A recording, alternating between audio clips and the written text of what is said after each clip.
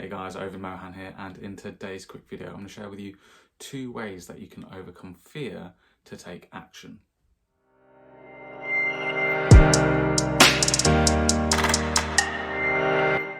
So when I speak to my clients who are very successful, very driven, very motivated, very ambitious, one of the things that we explore is how they can overcome fear to get what they want.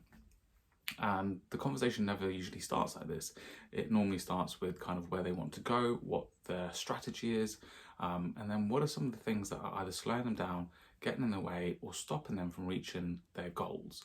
And this is then the space when we explore fear and how fear holds you back and what it does for you.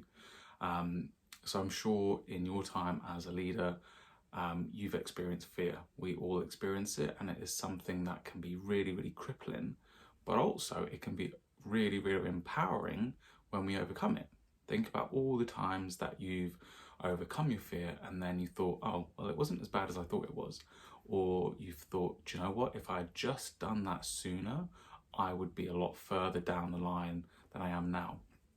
And so one of the things I really, really want to talk to you about is how to overcome that fear so that you can take more action and have more success in your life. Because I think it's really, really important, because if you don't, then you're denying yourself the success and the potential that you know that you have within you.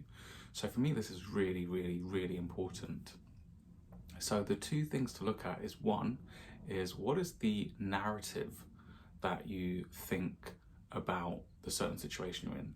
And number 2, what is the narration of the future in which you see things unfolding? So I'll say that again.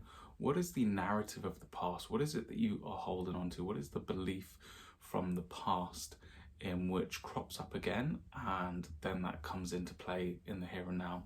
And then secondly, what is the narration of the future? So what is the projections? What is the stories that you're telling yourself about the future and what could happen in the future? And that's holding you back from taking action now. So if you think about the narrative of the past, then maybe it's a belief around what you're struggling with. So one of my clients, when we were discussing this, it was around not being good enough.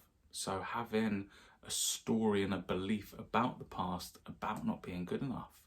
And that's completely not true. You have to objectify how far you've got to know that you've got the results and you are successful, and that previous story, that previous narrative doesn't serve you anymore and is actually not true.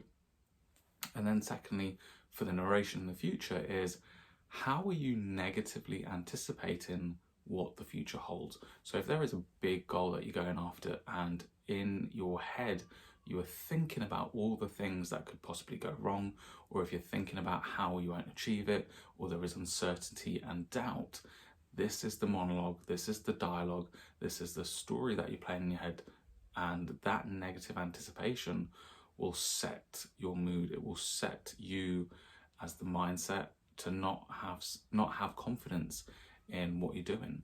So think about the narration of the future, because you're in charge of it. You're in charge about how you see the future, and by changing the narration of the future, it will eliminate the fear in the here and now so that you can move into your greatest potential.